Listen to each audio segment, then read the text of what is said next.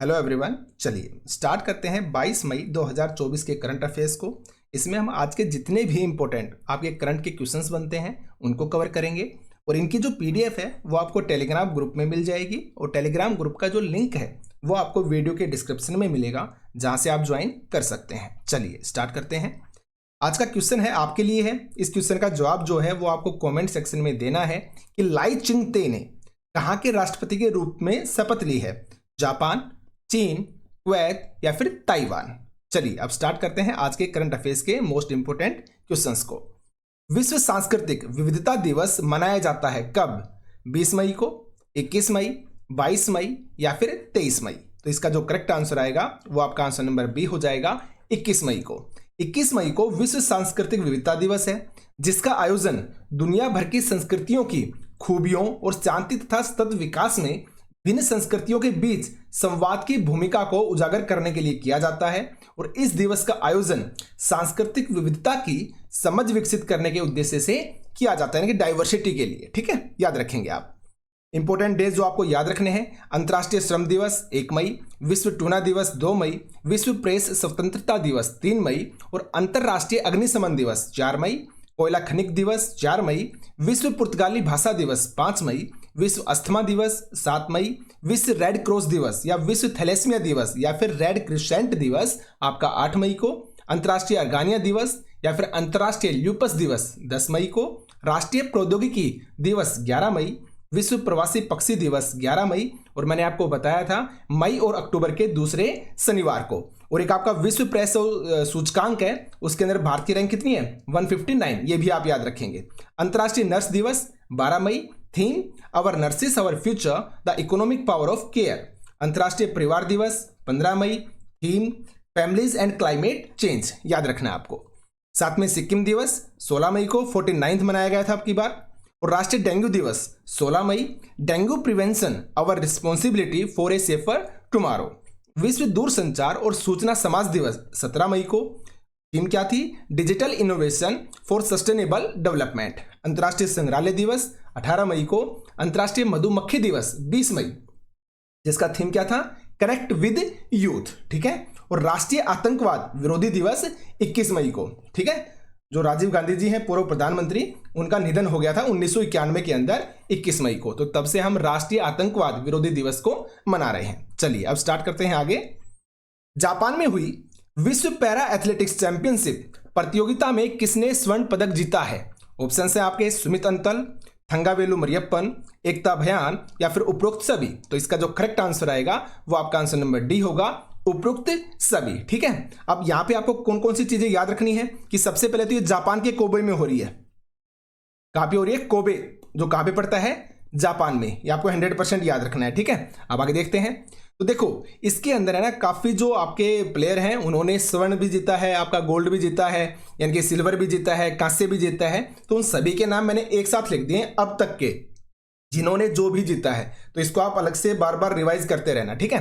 तो देखिए पुरुषों की F64 भाला फेंक जो स्पर्धा है उसमें स्वर्ण जीता सुमित अंतिल ने। T63 ऊंची कूद के अंदर जो स्वर्ण जीता थंगावेलु मरियप्पन ने। और महिलाओं की F51 क्लब थ्रो में जो स्वर्ण जीता एकता भयान ने। और महिलाओं की 400 मीटर T20 स्पर्धा में जो स्वर्ण जीता दीप्ति जीवांजी ने। ठीक है। अब बात करते हैं सिल्वर मेडल की, कि महिलाओं के क्लब थ्रो में रजत पदक किसने जीता? कशिश लाकड़ा ने। और डिस्कस थ्रो के अंदर रजत पदक जीता योगेश कथुनिया ने। और हाई जंप स्पर्धा में जो रजत पदक जीता निषाद कुमार ने। और T35 फाइनल स्पर्धा में जो कांस्य पदक जीता प्रीतिपाल ने। और भाला फेंक स्पर्धा में कांस्य पदक किसने जीता? भारत के संदीप ने। ठीक है। तो ये सारे के सारे मैंने एक साथ लगा दिए हैं, इनको आप बार बार रिवाइज करते रहना। ठीक है, चलिए आगे बढ़ते हैं। अंतर्राष्ट्रीय परिधान और वस्त्र मेला का आयोजन कहां हो रहा है? ऑप्शन है आपके कुवैत, ईरान, दुबई या फिर अफगानिस्तान। तो जो आपका करेक्ट आंसर आएगा, आंसर नंबर आपका सी हो जाएगा, दुबई के अंदर। तो दुबई में अंतर्राष्ट्रीय परिधान और वस्त्र मेले के 17वें संस्करण में भारत के छोटे उद्योग क्षेत्र से 35 से अधिक भारतीय परिधान निर्यातक भाग ले रहे हैं। और यह निर्यातक मेले में टिकाऊ और पर्यावरण के अनुकूल निर्मित अपने उत्पादों का क्या कर रहे हैं? प्रदर्शन कर रहे हैं। ठीक है। तो आपको याद रखना है कहां पे हो रहा है? दुबई के अंदर, याद रखेंगे आप। ठीक है। और कौन सा संस्करण है? 17th, ये इंपॉर्टेंट है, याद रखिएगा। ठीक है, चलिए आगे देखते हैं। हाल ही में इंडो बांग्ला संगीत महोत्सव का आयोजन कहाँ किया गया? ऑप्शन है आपके भारत, बांग्लादेश, भूटान या फिर श्रीलंका। तो जो करेक्ट आंसर आएगा आपका आंसर नंबर बी हो जाएगा, बांग्लादेश में। ठीक है, हाल ही में इंडो बांग्ला संगीत महोत्सव का जो आयोजन किया गया कहां पे? बांग्लादेश के अंदर किया गया। ठीक है, देखिए सूफी संत और कवि लालन शाह की 250वीं जयंती पर कल बांग्लादेश के शेरपुर में 3 दिवसीय इंडो बांग्ला संगीत महोत्सव आपका शुरू हुआ है। और इनका जो जन्म है, यानी कि जो सूफी संत कवि लालन शाह, इनका जो जन्म कब हुआ था? 1774 में हुआ था और होरिसपुर में। ठीक, आप याद रख सकते हैं। और लालन विश्व संघ इसका आयोजन कर रहे हैं। और लालन को क्या बोलते थे? फकीर लालन शाह या महात्मा लालन के नाम से भी इनको हम जानते थे। ठीक है, और ये क्या थे? ये सुप्रसिद्ध दार्शनिक थे, बाउल संत बोलते थे, सूफी गीतों के रचयिता थे और समाज सुधारक और साथ में क्या भी थे? विचारक भी थे। ठीक है, तो आपको याद क्या रखना है कि एक तो बांग्लादेश में हो रहा है और एक 250 जो इनकी क्या है? एनिवर्सरी है। एनिवर्सरी नहीं मतलब इनकी जयंती। ठीक है, तो उसके उपलक्ष्य के अंदर इसको मनाया जा रहा है। ठीक है, और कहां पे जन्म हुआ था इनका? 1774 में होरिसपुर के अंदर, याद रखेंगे। और ये 3 दिवसीय है, ये भी आपको याद रखना है। ठीक है, क्या नाम से जानते थे? फकीर लालन शाह और महात्मा लालन। तो ये सारी की सारी चीजें आप इनको याद रख सकते हैं। ठीक है, आगे बढ़ते हैं। हाल ही में किसने 55 वर्ष की उम्र में माउंट एवरेस्ट को फतेह किया है? ऑप्शन है आपके काम्या, ज्योतिरात्रे, अनमोल राय या फिर दीप्ति जीवांजी। तो इन सभी के नाम आपको अच्छे से पता होंगे। ठीक है, लेकिन यहां पे जो आपका करेक्ट आंसर आएगा, आंसर नंबर आपका क्या होगा? आंसर नंबर बी, ज्योति रात्रे। ठीक है, याद रखना है। और ये कहां से है? ये मध्य प्रदेश से है, ये भी आप याद रखेंगे। साथ में आपको काम्या के बारे में भी याद रखना है। ये 16 साल की बच्ची है, कहां की? झारखंड से।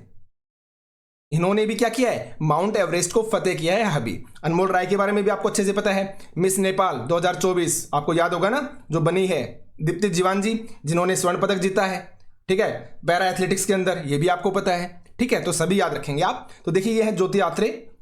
तो एमपी की ज्योति रात्रे ने 55 वर्ष की उम्र में 8,848.86 मीटर की चढ़ाई कर विश्व रिकॉर्ड बनाया है। और ज्योति ने 2018 में 53 साल की उम्र में चढ़ाई करने वाली संगीता बहल के बनाए विश्व रिकॉर्ड को तोड़ दिया है। ठीक है, और 16 वर्षीय झारखंड की काम्या कार्तिकेयन ने भी एवरेस्ट को फतेह करके एक नया कीर्तिमान आपका स्थापित किया है। और ये कौन है? आपकी काम्या कार्तिकेयन, याद रखेंगे आप। चलिए आगे बढ़ते हैं। अंतरराष्ट्रीय बुकर पुरस्कार 2024 किसने जीता? मोस्ट इंपोर्टेंट है, आपको अच्छे से पता है। ठीक है, यहां पे आधा से आएगा भाई। ठीक है, अंतरराष्ट्रीय बुकर पुरस्कार 2024 किसने जीता है? आपकी बुक के नेम है कैरोज, मैटर 210, नोट ए रिवर या क्रुक्ड पिलो। तो इसका जो करेक्ट आंसर आएगा वो आपका आंसर नंबर फर्स्ट होगा, कैरोज। इस बुक ने अंतरराष्ट्रीय बुकर पुरस्कार जीता है। ठीक है, 2024 के लिए। मोस्ट इंपोर्टेंट है, काफी बार पूछे जाते हैं, आपको अच्छे से पता है, तो याद रखेंगे आप। तब देखिए इसके अंदर जो आपकी 6 बुक थी ना, उनको चुना गया था। जैसे कि आपका कैरोज हो गया। ठीक है, एक आपकी दी डेडलैंड्स है, मैटर 210 हो गया, ये है नोट ए रिवर या क्रुक्ड प्लो, और what I D rather not think about. ठीक है, तो आपकी 6 बुक थी, इनके अंदर से सबसे पहली वाले को चुना गया है, कैरोज को। आपको याद रखना है। ठीक है, अब ये देखिए एक चीज और पूछा जाता है कि ये जैनी अर्पनबेक ने तो इस बुक को लिखा है, और इस बुक को अनुवादित किसने किया है दूसरी लैंग्वेज के अंदर? वो है माइकल हॉफमैन। ठीक है, दोनों के नाम याद रखिएगा। अनुवाद किसने किया? माइकल हॉफमैन ने। और लिखी किसने? जैनी अर्पनबेक ने। ठीक है, और इस बुक ने जीता है अंतरराष्ट्रीय बुकर पुरस्कार 2024। और यूरो, जो 50,000 यूरो का जो पुरस्कार मिलता है, ये इन दोनों के बीच में आपका डिवाइड होता है, जिसने अनुवाद किया उसके बीच में और जिसने लिखा उसके बीच में। ठीक है, तो ये भी आप याद रखेंगे। ओके, आगे बढ़ते हैं। हाल ही में कैसाब्लांका मोरक्को शतरंज टूर्नामेंट किसने जीता है? ऑप्शन है आपके वैशाली रमेश बाबू, मैग्नस कार्लसन, गुगेस डी या हिकारू नाकामुरा। तो आपका जो करेक्ट आंसर आएगा, आंसर नंबर बी होगा, मैग्नस कार्लसन ने आपका कैसाब्लांका मोरक्को में जो शतरंज टूर्नामेंट हुआ था उसको जीता है। ठीक है, आगे बढ़ते हैं। ईरान में इब्राहिम रईसी के शोक समारोह में भारत का प्रतिनिधित्व कौन करेंगे? ये आपका क्वेश्चन है। ऑप्शन है आपके जयशंकर, अमित शाह, जगदीप धनखड़, राजनाथ सिंह। तो जो करेक्ट आंसर आएगा, आंसर नंबर आपका सी हो जाएगा, जगदीप धनखड़ जी। ठीक है, आप इमेज के अंदर देख सकते हैं। तो ये आपके भारत का प्रतिनिधित्व करेंगे, कहां पे? ईरान में, याद रखेंगे आप। हाल ही में भारतीय उद्योग परिसंघ CII के अध्यक्ष चुने गए हैं। ऑप्शन है आपके संजीव जैन, राजीव पुरी, संजीव पुरी, अमित चौधरी। तो आपका जो करेक्ट आंसर आएगा, आंसर नंबर आपका सी हो जाएगा। संजीव पुरी जी को चुना गया है भारतीय उद्योग परिसंघ के अध्यक्ष के रूप में। ये संजीव पुरी जी हैं, आप देख सकते हैं। ठीक है, अब देखिए ये आईटीसी के अध्यक्ष हैं, ये आईटीसी के अध्यक्ष और प्रबंध निदेशक हैं और इनको 2024-25 के लिए भारतीय उद्योग परिसंघ का अध्यक्ष भी चुना गया है। अब ये आईटीसी क्या है? इंडिया टोबैको कंपनी लिमिटेड, इसके ये अध्यक्ष हैं। इंडिया टोबैको कंपनी लिमिटेड के ये अध्यक्ष हैं, ये भी आपको याद रखना है। और इनको आप कंफ्यूज नहीं करेंगे किसके साथ? संजीव जैन के साथ। जो संजीव जैन है वो किसके बने हैं? विप्रो के चीफ ऑपरेटिंग ऑफिसर बने हैं, COO। और इन्होंने किसका स्थान लिया था? किसने इस्तीफा दिया था? अमित चौधरी ने। ठीक है, तो इनके साथ आप कंफ्यूज मत कीजिएगा संजीव जैन के साथ, वो संजीव पुरी हैं, ये संजीव जैन है। आगे बढ़ते हैं। हाल ही में IDFC फर्स्ट बैंक के निदेशक के रूप में किसकी नियुक्ति हुई है? ये आप देख सकते हैं इमेज के अंदर। ऑप्शन है आपके मौसमी चक्रवर्ती, संदीप बख्शी, ओंकार साल्वी या फिर प्रदीप नटराजन। तो आपका जो करेक्ट आंसर आएगा, आंसर नंबर डी होगा। प्रदीप नटराजन जो है वो IDFC फर्स्ट बैंक के निदेशक के रूप में नियुक्त हुए हैं, आपको याद रखना है। ठीक है, अब देखिए ये कुछ न्यू है जो आपको याद रखने हैं, जिनकी अभी नियुक्ति हुई है। तो टाटा इलेक्ट्रॉनिक्स के अध्यक्ष नियुक्त हुए हैं N चंद्रशेखरन। भारतीय वायुसेना के जो वाइस चीफ बने थे कृष्णा स्वामीनाथन।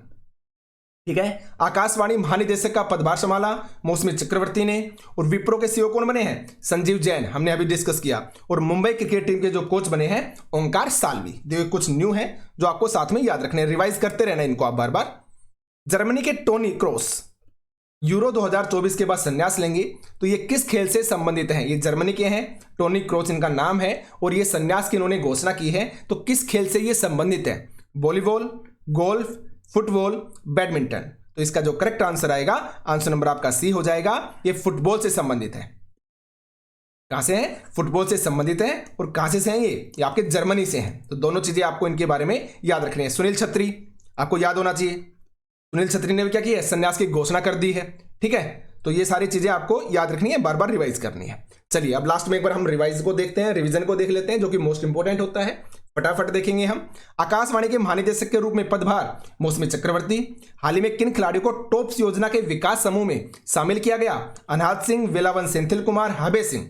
जापान के कोबे में होने वाली विश्व पैरा एथलेटिक चैंपियनशिप में हाई जंप में रजत पदक निषाद कुमार ने, हम वैसे भी कर चुके हैं सारे। सुप्रीम कोर्ट बार एसोसिएशन के अध्यक्ष चुने गए कपिल सिब्बल जी। हाल ही में किसे मिस पिंक नेपाल 2024 चुना गया? अनमोल रॉय को। एलोडा कप के फाइनल में पहुंचने वाली 4th भारतीय महिला मुक्केबाज बनी है निखत जरीन। और किस देश ने भारतीय मूल के तमिलों के उस 200 वर्ष पूरे होने पर एक डाक टिकट जारी किया? श्रीलंका ने। ठीक है, श्री श्री रविशंकर ने उसको क्या किया था? एक्सेप्ट किया था। ठीक है, 25th कारगिल दिवस के उपलक्ष्य में भारतीय सेना ने कहां पर मुफ्त चिकित्सा शिविर का आयोजन किया? लद्दाख के द्रास क्षेत्र में। और हाल ही में किस देश ने पर्यावरण संरक्षण से संबंधित नए वीजा कार्यक्रम की घोषणा की है? संयुक्त अरब अमीरात ने। फीफा वुमेन्स वर्ल्ड कप 2024 कहां पे होगा? ब्राजील में होगा। 2023 कहां पे हुआ था? आपका ऑस्ट्रेलिया और न्यूजीलैंड के अंदर, याद रखेंगे आप। थाईलैंड ओपन 2024 का पुरुष डबल्स बैडमिंटन का खिताब किसने जीता? सात्विक साईराज रंकीरेड्डी और चिराग शेट्टी ने, याद रखेंगे आप। हाल ही में विप्रो कंपनी के चीफ ऑपरेटिंग ऑफिसर यानी कि COO के पद से इस्तीफा किसने दिया? अमित चौधरी ने। न्यू कौन बने हैं? संजीव जैन बने हैं। अभी हमने संजीव पुरी की भी बात की थी, कंफ्यूज मत होइएगा। ठीक है, विदेश व्यापार महानिदेशालय की निर्यात बंधु योजना पर 1 दिवसीय निर्यात जागरूकता संगोष्ठी का आयोजन किया ईटानगर अरुणाचल प्रदेश के अंदर। हाल ही में कौन अपने सभी ग्लेशियर खोने वाला दुनिया का पहला देश बन गया है? वेनेजुएला। आगे बढ़ते हैं। बांग्लादेश में प्रधानमंत्री शेख हसीना का 44वां घर वापसी दिवस मनाया गया। भारत और मंगोलिया के रक्षा मंत्रालयों के बीच में 12वीं जो संयुक्त कार्यकारी बैठक हुई, कहां पे? उलन बतौर मंगोलिया के में। Open network for digital commerce startup, जिसे हम क्या लिखते हैं? ONDC भी लिखते हैं। ठीक है, ये महोत्सव कहां पे आयोजित हुआ? न्यू दिल्ली के अंदर। और हाल ही में हाइड्रोजन और ग्लोबल डीकार्बोनाइजेशन पर भारत अमेरिका कार्यशाला कहां आयोजित की जाएगी? विशाखापट्टनम के अंदर। ठीक है, चुनाव सुधारों के विरुद्ध हिंसक प्रदर्शन में एक पुलिस अधिकारी और 3 अन्य लोगों की मौत के बाद फ्रांस ने न्यू कैलेडोनिया के प्रशांत द्वीप समूह पर क्या लगा दिया? आपातकाल लगा दिया है। और 37 टोक्यो अंतर्राष्ट्रीय फिल्म महोत्सव के अध्यक्ष कौन होंगे? टोनी लेउंग होंगे। कहां से हैं? हांगकांग से। और ये भी क्या है? आपके एक एक्टर है। ठीक है, याद रखना है। फोर्ब्स लिस्ट के अनुसार सर्वाधिक कमाई करने वाले एथलीट कौन बने हैं? Cristiano Ronaldo. ठीक है, क्रिस्टियानो रोनाल्डो, याद रखेंगे आप। अमेरिका ने क्यूबा को विदेश विभाग के हिंसक समूहों के खिलाफ पूरा सहयोग न देने वाले देशों की सूची से हटा दिया है, इनको हटा दिया है। ठीक है, किस देश ने हाल में गुणवत्ता संबंधी चिंताओं के कारण भारतीय मसाला मिश्रण उत्पादों की बिक्री पर प्रतिबंध लगाया है? पहले नेपाल ने, हांगकांग ने, सिंगापुर ने। देखिए हांगकांग और सिंगापुर पहले भी लगा चुके थे, लेटेस्ट में नेपाल ने लगाया, याद रखना आपको। नेचुरल आइसक्रीम के फाउंडर जिनका हाल ही में निधन हो गया, रघुनंदन कामत, याद रखेंगे आप। कौंडिन्य वन्यजीव अभ्यारण्य जहां श्रीलंकाई स्वर्ण पीठ वाले मेंढक की खोज की गई है, कहां पर स्थित है? आंध्र प्रदेश में। यह नाम क्या है? हाइलाराना ग्रेसिलस। ठीक है, अंतर्राष्ट्रीय संग्रहालय दिवस 18 मई को मनाते हैं। हाल ही में खोजी गई हेब्रोसेस्टम और इरूरा सेंदुरनी किसकी प्रजातियां हैं? मकड़ी की। और एडविट किस देश के पहले अश्वेत अंतरिक्ष यात्री बने हैं? अमेरिका के। चलिए आगे देखते हैं। नारायण वाघुल जिनका हाल ही में निधन हो गया, किस बैंक के पूर्व अध्यक्ष थे? आईसीआईसीआई बैंक के। हाल ही में एफएसएसएआई ने किस रासायनिक यौगिक पर लगे प्रतिबंध को सख्ती से अनुपालन करने को कहा है? Calcium carbide. सीता मन मंदिर कहां पर स्थित है? श्रीलंका के अंदर। और विश्व दूरसंचार और सूचना समाज दिवस कब मनाते हैं? 17 मई को। ठीक है, आगे बढ़ते हैं। दुनिया के सबसे बड़े द्वीप समूह इंडोनेशिया में किसने स्टारलिंक उपग्रह इंटरनेट सेवा शुरू की है? एलोन मस्क ने। और एयरबस हेलीकॉप्टर ने भारत में हेलीकॉप्टर के वित्त पोषण के लिए किस बैंक के साथ साझेदारी की? सिडबी बैंक के साथ। इब्राहिम रईसी जिनका हाल ही में निधन हो गया, राष्ट्रपति कहां के? ईरान के। और ईरान के कार्यवाहक राष्ट्रपति कौन बने हैं? मोहम्मद मोखबर। और लाई चिंगते ने कहां के राष्ट्रपति के रूप में शपथ ली? ताइवान के, याद रखेंगे आप। हाल ही में आर्त्रा 24 ललित कला अकादमी का आयोजन कहां पर हुआ? दुबई के अंदर। और भारत के प्रमुख पैरासेटलर हैं सुकांत कदम, तरुण और सुहास ने पेरिस में होने वाली पैरा ओलंपिक्स में अपनी जगह बना ली है। ताजा दूध बेचने के लिए भारत की किस दुग्ध कंपनी ने अमेरिका के मिशिगन दुग्ध उत्पादन निकाय के साथ साझेदारी की है? अमूल ने। डोमिनिकन गणराज्य के राष्ट्रपति एबिनेडर कौन से कार्यकाल के लिए फिर से चुने गए हैं? सेकंड कार्यकाल के लिए। ठीक है, और लास्ट में आपका है, ये आपके प्रधानमंत्री और कुछ राष्ट्रपति बने हैं, इनको आप बार बार रिवाइज कीजिएगा। शेख अहमद अब्दुल्ला अल अहमद अल सबा प्रधानमंत्री कहां के बने हैं? कुवैत के। लॉरेंस वोंग सिंगापुर के। जुडिथ सुमिनवा तुलुका प्रधानमंत्री कोंगो के। पीटर पेलेग्रिनी राष्ट्रपति कहां के? स्लोवाकिया के। अब्देल फतेह अल सीसी राष्ट्रपति कहां के? मिस्र के। और आंद्रेस प्लेनकोविक प्रधानमंत्री कहां के? क्रोएशिया के। और आसियाओ बिखिम ये उपराष्ट्रपति बने हैं कहां के?